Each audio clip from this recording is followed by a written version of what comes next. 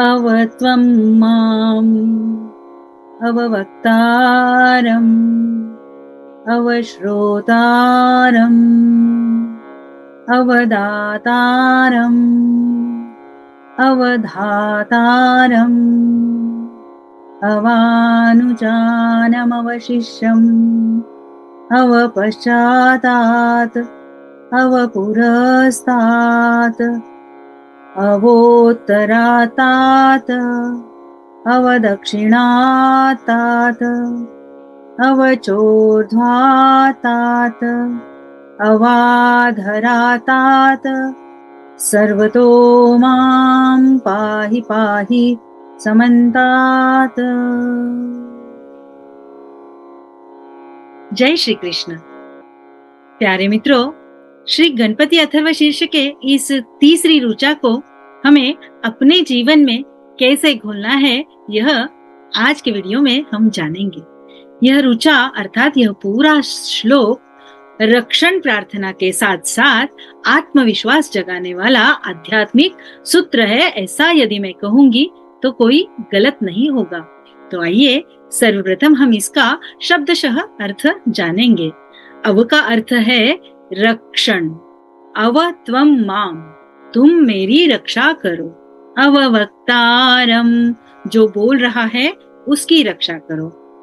अवश्रोतारम, जो सुन रहा है उसकी रक्षा करो। अवदातारम, अवधातारम, जो दे रहा है और जो धारण कर रहा है, मतलब देने वाला और लेने वाला दोनों की रक्षा करो। अवानुचानम अवशिष्यम, मतलब जो मेरा या आपका अनुयायी है, शिष्य है, सहायक है, उसकी रक्षा करो।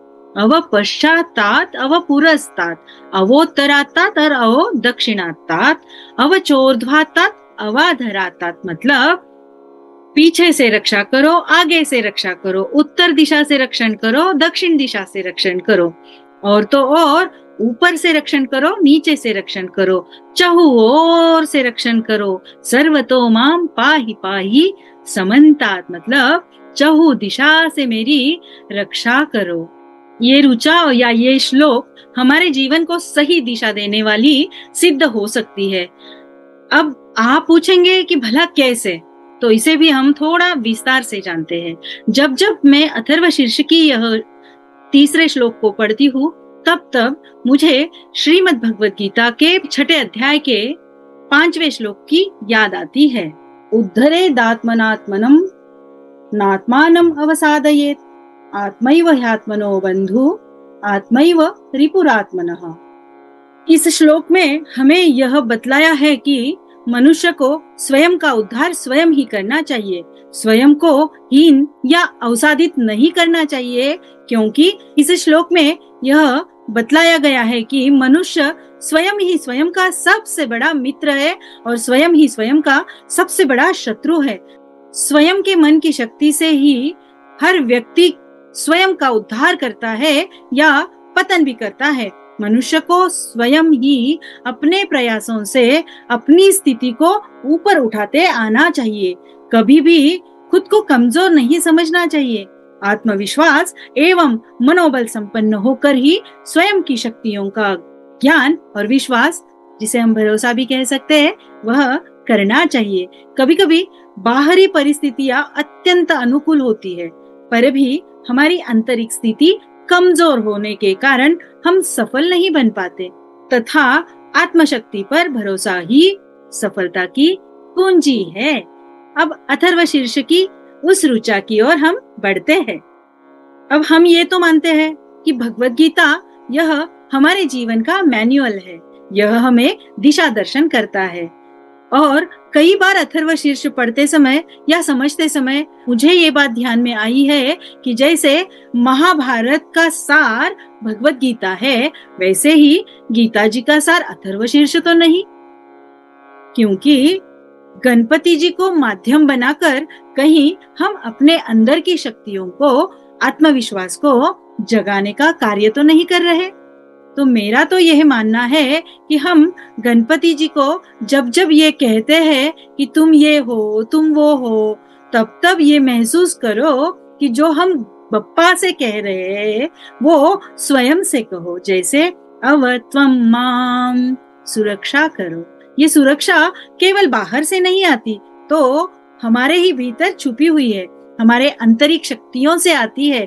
जब जब हम अव मतलब रक्षा करो ऐसा कहते हैं, तो वास्तव में हमारे ही भीतर साहस, धैर्य, करुणा, सत्य और आत्मविश्वास जगाते हैं। सोई हुई क्षमताओं को जगाते हैं। आगे पीछे, ऊपर नीचे, दाएं बाएं का मतलब क्या है? जीवन में चाहे जैसी भी परिस्थितियां क्यों न आए, हमें अपनी अंतरात्मा की शक्तियों को याद रखना चाहिए। श्रोता, वक्ता, दाता, शिष्य, ये सभी रूप हमारे ही तो अंदर है। यहाँ केवल इतना अवश्य कहूंगी कि जब हम बोलते हैं, लिखते हैं, ग्रहण करते हैं, सीखते हैं, देते हैं, लेते हैं, जो भी स्थिति होती है, हर स्थिति में आत्मविश्वास और ईश्वरीय शक्ति को स्मरण रखना चाहिए। अब ये मंत्र हमें विश्वास दिलाता है कि हम अकेले नहीं हैं। हमारी आत्मशक्ति और ईश्वर हर स्थान पर हमारे साथ है। एक एग्जाम्पल ही अगर देना चाहो तो मैं यहाँ कहूंगी, जब जब हम टीवी या सिनेमा देखते हैं तो हमेशा ये देखते हैं कि सुपर हीरोज चहु ओर से ढाल से बंधे हुए होते हैं, उन्हें हर स्थान पे ढाल मिल जाती है।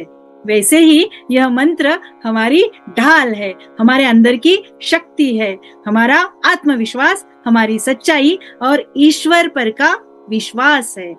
क्या बोलना है, क्या सुनना है, किसे दान देना है, किसकी मदद करना है, ये सारी बातें हमें बहुत सोच समझकर करनी चाहिए। ये वो चीजें हैं जो हमारे चहुओर सकारात्मकता का ऑरा बनाती है, और यही सकारात्मकता हमें हमारा आत्मविश्वास फिर से देता है। वीडियो अच्छा लगा ना तो लाइक, शेयर और कमेंट अवश्य करना। बोलो गणपति बप्पा मोरया, मंगल मूर्ति मोरया। कल फिर मिलेंगे।